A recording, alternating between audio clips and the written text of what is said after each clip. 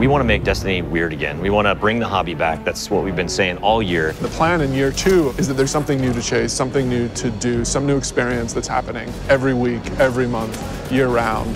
If we take everything we learned from Destiny 1, including the expansions like Taken King, take everything we learned from Destiny 2 on top of what we've learned from the fans and the players, put that all together in one package, we think that's what Forsaken's going to be, and we're super excited about it. Patch 2.0 is the release that comes out on 8/28. It's the big update, getting ready for the Forsaken expansion. Yeah, giving you a chance to see all the new changes and kind of where we're going with Forsaken. First thing you're going to see is the new director. It looks very different. There's a lot more announcements on the director screen itself, and the director layout will be updated. We've added a lot of ways to get power, a lot of ways to like track your milestones and track your quests, and they didn't fit in the milestone blade anymore, so we've taken a lot of that stuff out, and now a lot of them live as quests in the pursuit bucket. There's weapons changes that we're prepping. So we've increased vault space by 200 slots. Yeah. First thing you're going to want to do is dismantle everything that you don't even need. So you're gonna have a lot of room to work with, but random rolls is gonna be interesting because you're gonna want to keep a couple before you start to realize which one of those random rolls that you really want to keep. Forsaken is the beginning of the season of the Outlaw, which is season 4 of Destiny 2. Season 4 is going to have a lot of stuff to do. Yeah, it is a lot. Well, launch is going to start with the campaign and Gambit being the first front and center things that people are going to jump into. Second week, the raid. We're really focusing on systems that players can engage with besides just power. So we have lore that you can go find out in the world. There's items and bosses you can kill that will tell you a story that you can go read in the game. We have bounties that are like on all the vendors and that like tell a story and are part of that destination loop. Find your way to the Dreaming City, and then you can see that the Dreaming City evolves.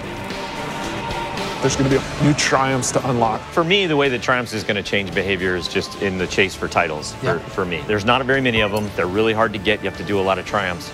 But when you get to put that over your head and nobody else has it, it feels good to walk around the tower. Yeah. When I see one in the wild, I'm going to be like, that person is a god to me. Yeah. I say god a lot in these things.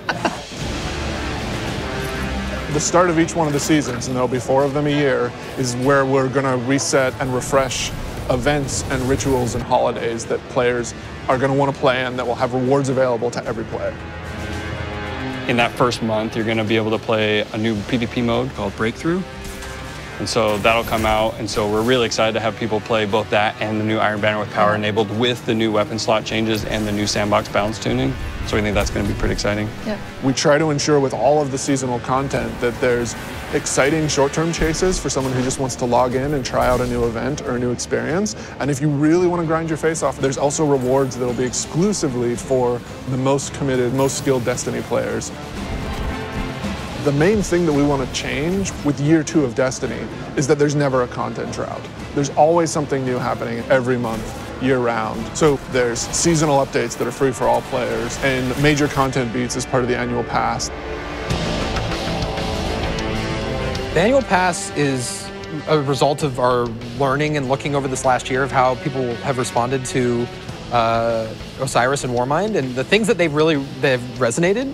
Escalation protocols and the hidden quests in Warmind and the Whisper quest and a lot of the things we're doing in Forsaken that we haven't even talked about, like those types of things are really exciting and we think are going to excite players more. So the 3 that are coming, Black Armory, Joker's Wild, and Penumbra. Yeah. What if there was this elite group of crafters who created some of the most notorious weapons in the Destiny universe, and you're going to get exclusive access to this vault that has the greatest weapons ever created in the Golden Age.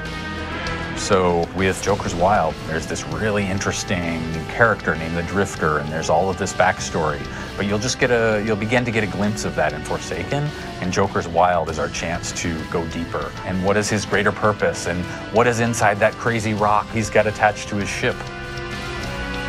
So just like we saw with the Whisper of the Worm quest that came out recently, like those kind of secrets that players discover themselves are super exciting. What if we took an entire release, let leak the name Penumbra, but what if everything else was the mystery box that players will uncover collaboratively? It's not since Taken King that I feel like we took a game, we got a lot of things right, we got a bunch of things wrong, and this is our chance to go back and reset the ledger. I mean, there's so many different things that Destiny 2 did that set us up for this, and then Destiny 1 did a bunch of things that we'd walked away from at Destiny 2's launch that we're embracing again, and so Forsaken takes the best of those worlds and puts it into one package, and we do think it's the best version of Destiny. And then adds more, something absolutely. new. I mean, yeah, honestly, it's what the game needs to be.